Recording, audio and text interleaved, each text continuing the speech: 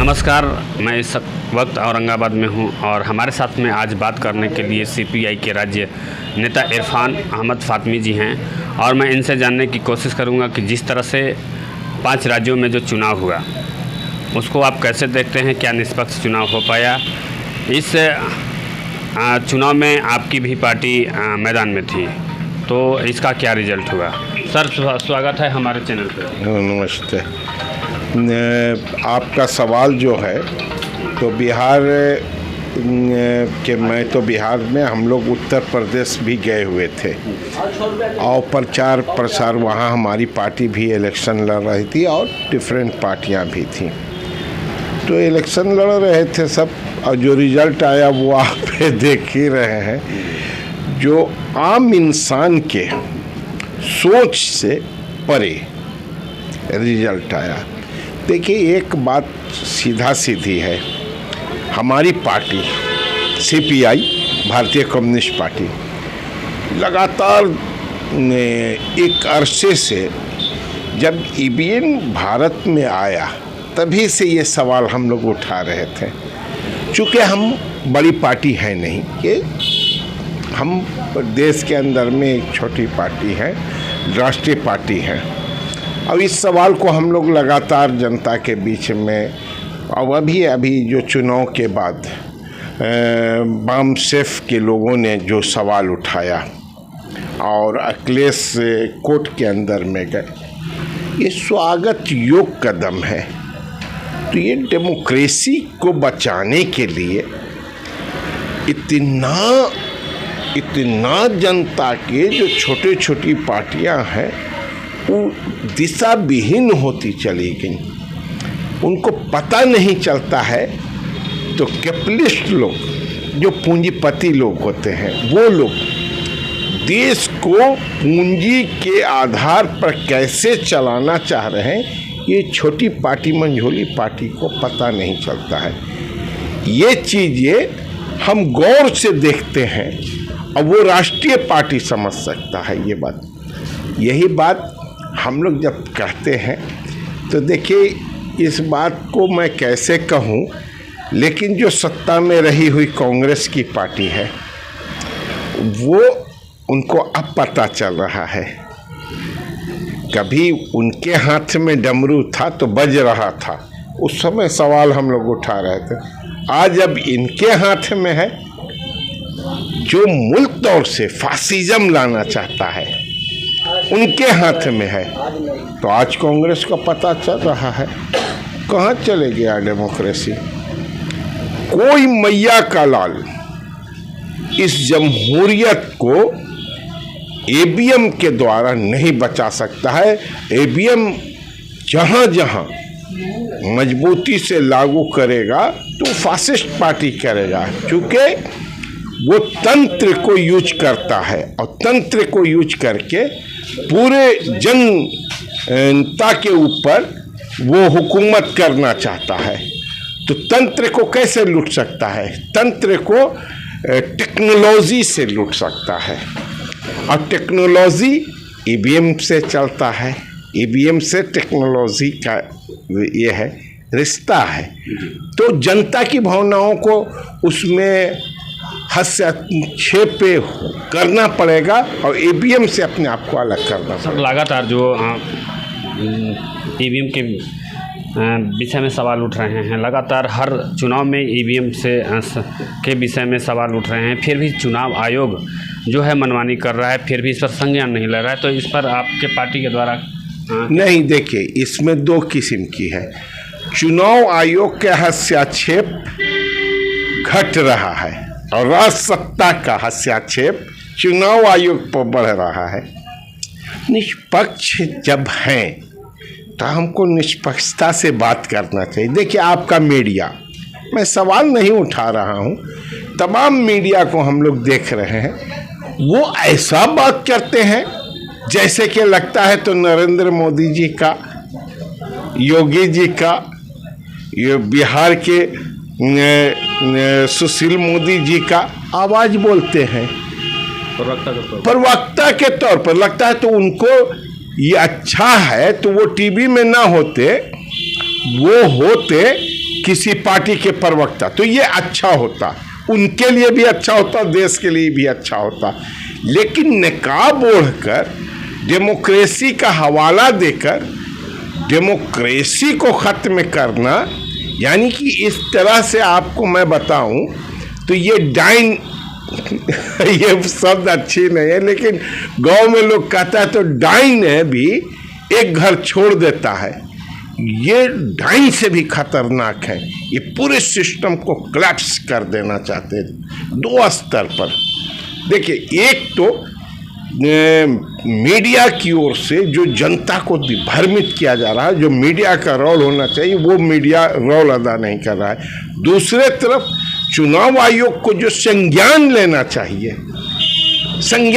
चाहिए, लोगों की हिफाजत करना है, वोटों की हिफाजत करना है, वो वोट को इलेक्ट्रॉनिक मशीन के द्वारा, उनके टेक्नोलॉजी के द्वारा ट्रांसफर करवाया दिया जा रहा है। ए को मैं दे रहा हूं और जेड को चला जा रहा है। ये मामला आज खुल के सामने है। बिहार के अंदर में भी हम लोग ये देखे, फर्स्ट चरण का, आपसे शायद बात उस समय हुआ था, फर्स्ट चरण का एनालिसिस जो हम लोग का है, हमारा इंटरव्यू आप देख लेंगे। हम लोगों ने कहा तो ये सीट पूरे मिडिल बिहार से जीतेंगे और जीते, लेकिन सेकंड और थर्ड में वो फंस गया। उसी तरह से उत्तर प्रदेश में जनता का जो प्रभाव बढ़ा, आप कोई बता देने उत्तर प्रदेश में, तो अखिलेश जी घटे हैं कि बढ़े हैं? हो लोग कर रहे हैं जोगी जोगी, लेकिन वास्तविक चीज़ों को, वास्तविक फिगर को जनता के बीच में नहीं ले जाया जा रहा है। और यही कारण है तो भारत की जमहूरियत किसी न किसी रूप में कमज़ोर पड़ती हुई चली जा रही है। जिस तरह से सर जो यूपी में ईवीएम गिनती से पहले, रिजल्ट देने से पहले तमाम जगहों पर ईवीएम को धराना, बैलेट पेपर को धराना, और उसके बाद अखिलेश यादव प्रेस विज्ञप्ति करते हैं, प्रेस वार्ता करते हैं, उसमें जो बात बोले कि अब जो लोकतंत्र बचा नहीं है, अब हम लोग की लड़ाई कुछ और ढंग से लड़ना होगा, जिस तरह से अंग्रेज़ों से लड़े थे उसी तरह से। तो ये तमाम चीज़ों, उसके बाद फिर रिजल्ट आने के बाद ना बोलना, और तमाम पार्टी के लोग भी इस विषय में कुछ नहीं बोले, चुपचाप अपनी हार को स्वीकार कर लिए। तो इस संबंध में क्या? नहीं, देखिए, अखिलेश यादव ने जो बोला उसके साथ हम लोग भी बोले, इस चीज़ पर हम लोगों की समझदारी है। देखिए, बनारस में जो ईवीएम, आवारा ईवीएम पकड़ाया उसको आवारा ही कह दिया जाए। जैसे नगर पालिका में आवारा कुत्ता होता है जो किसी का पालतू नहीं होता है। क्या सरकार की जिम्मेवारी ये नहीं है? चुनाव आयोग की जिम्मेवारी ये नहीं है? तो मशीन है, ईवीएम मशीन में है, और वो मशीन मार्केट में बरकरार है, मार्केट में पकड़ा रहा है, और उसका गिनती सरकार के यहाँ नहीं है। तो पता इससे चलता है ये, तो ईवीएम के द्वारा ढेर सारा ईवीएम सरकारी तंत्र के द्वारा संचालित हो रहा है। इसका ये सीधा प्रमाण पत्र है, और उसका किसी न किसी रूप में सत्ता अपना उपयोग कर रहा है। तो जो वामसेफ के लोग या आदर्श समाजवादी पार्टी के या लेफ्ट के लोग जो सवाल उठा रहे हैं, इस सवाल का जवाब तो चुनाव आयोग को किसी न किसी रूप में बंधु देना न होगा कि नहीं देना होगा। तो जब आप किसी भी पक्ष के सवाल का जवाब नहीं दे रहे हैं, तो आप क्या डेमोक्रेसी कहाँ जा रहा है? फिर एक सवाल दूसरा हो जाता है। तो आप पे चुनाव आयोग डेमोक्रेसी को बहाल करने के लिए है कि डेमोक्रेसी के पूरे मिजाज को ख़त्म करने के लिए है? ये सवाल आज देश के अंदर में उठ गया है। संविधान, अब हम लोगों को डर लगने लगा है। तो जो सवाल हम लोग कल कर रहे थे संविधान का, वो संविधान भीमराव अंबेडकर का क्या बच पाएगा कि नहीं? अब देखिए, डाइवर्सन और भी होता है। बहन मायावती हम लोग बहुत रिस्पेक्ट करते हैं, चूँकि व्यापक वंचित लोगों के लिए बात करती हैं, लेकिन उन्होंने जिस तरह से हार को किसी एक कौम के ऊपर, एक जात के ऊपर उन्होंने ढिकरा फोड़ दिया, आप अपने कर्तव्य को क्यों भूल गई? आप उस राज्य की मुख्यमंत्री थी, क्या कारण है? तो कारण स्पष्ट समझदारी हो रहा है। तो ये पूरा का पूरा ब्राह्मणवादी व्यवस्था, जिसको हम लोग कहते हैं पूंजीपति व्यवस्था है, और हम लोग कम्युनिस्ट पार्टी वर्गीय बांटते हैं, जात और धर्म के आधार पर बांटते हैं, हम लोग तो मजदूर वर्ग के आधार पर देखते हैं। तो ये आज पता चल रहा है। तो भारत के अंदर में जो पूंजी है उग्र होकर डेमोक्रेसी को खत्म करने का वकालत कर रहा है। सर, जिस तरह से हर बार इस चुनाव में चाहे लोकसभा हो चाहे विधानसभा हो, तमाम चुनाव में ईवीएम पर सवाल खड़ा होते रहा है और बहुत सारी गड़बड़ियाँ मिल रही है। तो ये सिर्फ चुनाव के दरमियान ही सिर्फ उठती है, उसके बाद पहले नहीं। तो इस माध्यम से जिस तरह से वामन मेश्राम साहब ईवीएम का भंडाफोड़ परिवर्तन यात्रा के माध्यम से सारी ईवीएम की पोल खोले, खुद चुनाव आयोग पर भी केस किए हुए हैं। तो इस तरह से और तमाम पार्टियां क्यों नहीं आ रही? आप इसमें आपकी पार्टी क्या? नहीं, देखिए, हमारी पार्टी इसमें स्पष्ट समझदारी है। हम ईवीएम के खिलाफ शुरू से हैं और हम लोग चुनाव के अंदर में सुधार करना चाहते हैं। दूसरी बात है, वाम सेफ के लोगों ने पहल किया है, एडवोकेसी कर रहे हैं पूरे देश के अंदर में, इसके खिलाफ जो आवाज़ उठा रहे हैं, किसी न किसी रूप में हम उसके साथ रहता हूँ। ईमानदारी की बात है। मैं भविष्य के अंदर में भी हमारी पार्टी विचार कर रही है, अभी नेशनल काउंसिल की बैठक हो रही, विचार करेगी निश्चित तौर से। और हम लोग एक किसी न किसी रूप में एक दिशा हम लोग और एक लाइन लेंगे। तो इस संघर्ष को हमको कैसे चलाना है, किस रूप में ले चलना है, अब हम ईवीएम के खिलाफ इस मुहिम में निश्चित तौर से शामिल होंगे और इस अभियान का पार्ट बनेंगे किसी भी रूप में।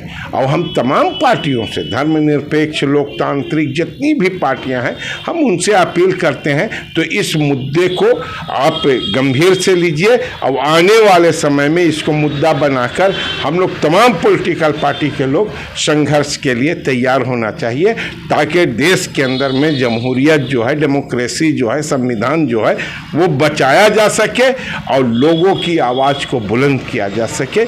ये हमारा काम हो। ये बात है कि आने वाला जो चुनाव है, आप इसको लेकर के क्या मांग करना चाहेंगे? नहीं, देखिए, हमारा तो पहले भी ये मांग था। तो जो ये चुनाव 5 राज्य में हुआ, उसके बाद जो अभी नाटक गुजरात का हो रहा है, तो देखिए, एक बात आप देखिए, ड्रामा करने वाले लोग, एक ड्रामा खत्म होता है तो दूसरा ड्रामा स्टार्ट कर देते हैं। जैसे कि नरेंद्र भाई मोदी जी के ऊपर ही मैं कहूँ, उत्तर प्रदेश का सिम खत्म हुआ, वहाँ उनकी सरकार बनी और तुरंत दूसरे दिन गुजरात की ओर चले गए। मतलब क्या है? मतलब ये है, तो मीडिया के अंदर में ये मुद्दा जो उन्होंने गलती किया या चोरी किया, ईवीएम के द्वारा जनता का अधिकार को छीना, इस पर बहस ना हो सके, इसलिए वो नाटक स्टार्ट कर दिए। जनता को समझना चाहिए और हम लोग समझते हैं। तो जब तक ईवीएम खत्म नहीं होगा, डेमोक्रेसी नहीं बच पाएगी। ये सीधा सीधा